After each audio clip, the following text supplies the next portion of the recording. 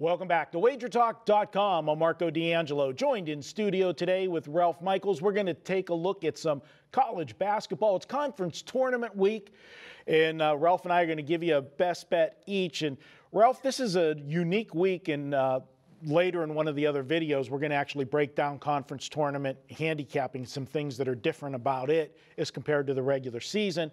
For us as handicappers, you know, these teams play, and then they're going to play the next day and play. It's tough for us because the lines aren't out right away. A lot of times the games that are played today, they won't put a line out until the next morning, and then, you know, you're scrambling on the morning to do it. But just like we are scrambling, so is the books here in Vegas with all of these games and all of these conference tournaments going on. And here in Vegas this week, we got a lot of games going on. It's Tuesday that we're taping. We've got the championship game of the West Coast Conference game tonight. No surprise, Gonzaga being there, but there was a surprise. BYU knocked off St. Mary's. That's always been the St. Mary's-Gonzaga final every year. You've got a best bet. You're going to the West Coast Conference, or no, excuse me, the Big West Conference. Hawaii and Cal Irvine. Hawaii's coming off an upset on Saturday, and Irvine's coming off an upset too, the wrong way. They had the conference championship game playing with Cal Davis on their home floor, winner take all, and they came up short. Well, you know, it's a game that's even tougher to handicap. Hawaii's been on the mainland since February 27th. They finished their 2 games here and they stayed here. It was cheaper for them to stay for the tournament than it was to fly back to Hawaii and come back. So that's a lot of time for them, a lot of downtime. Obviously, they're doing their studies and they're getting some practice in. But, you know, I look at Irvine, and Irvine played the 7th toughest non-conference schedule, and they were 3-12 to start the year because they played such a tough schedule. Well, they got into conference play, and they're a team that has pedigree. The last 5 seasons, they had 20-plus wins in each of those years. This year, they're 16-16. And when I look at them, 4 of their 5 losses is when their offense completely struggled, and they scored 52, 58, 61, and 64 points. Their defense is by far the best in the conference. They held 8 of their last 9 opponents to 39% less or less shooting. So we have a team that had a chance to win the conference, lost in double overtime at home, playing against a team that won a game as an upset. And oh yeah, by the way, one of Irvine's losses at home, Hawaii picked them off and upset them.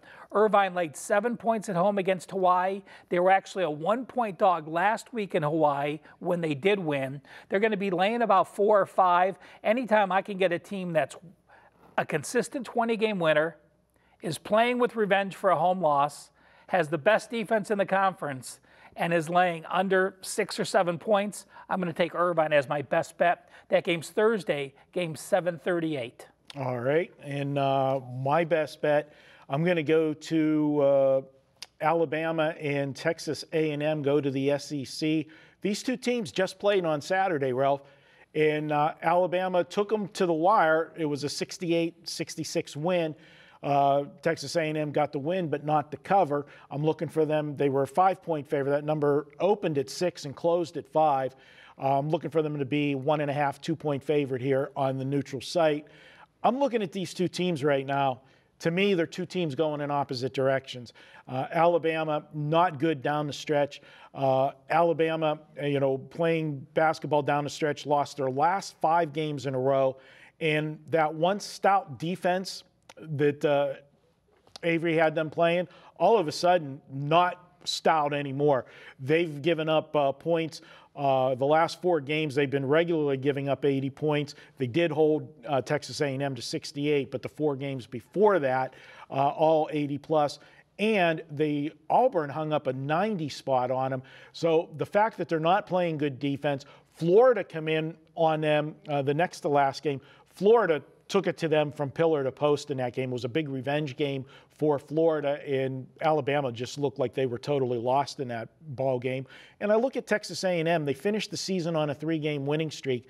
If you go back to the beginning of the season, this team in out-of-conference play played really well. They were like 11-3 to start the season. Once the SEC season conference play started, they struggled some, but they finished the season on a good note. I look for that to carry on here.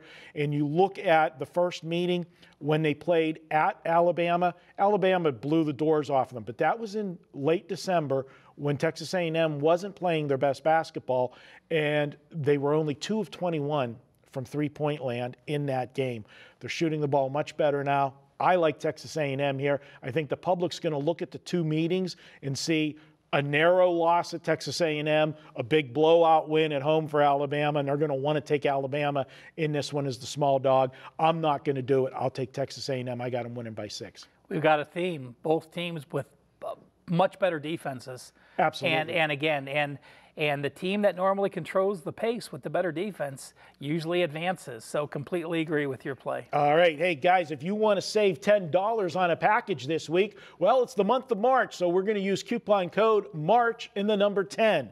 That's March in the number 10, and you can save $10 on any package this week at WagerTalk. Guys, if you like the videos we do for you, do us a favor. Hit the thumbs up.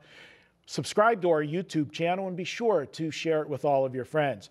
We'll be back with more here at WagerTalk.com.